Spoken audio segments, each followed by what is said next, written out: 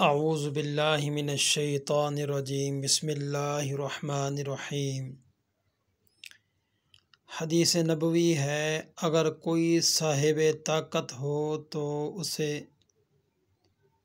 نکاح کر لینا چاہیے، کیونکہ نظر کو نیچے رکھنا اور شرمگاہ کو بدفعلی سے محفوظ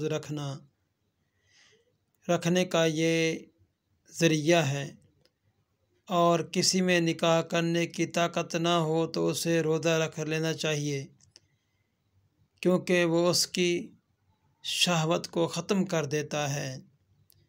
یہ احادیث مبارک صحیح بخاری شریف کے اندر موجود ہے۔ فرمایا کہ نکاح کرنے کی طاقت رکھتا ہے تو نکاح کر لیں،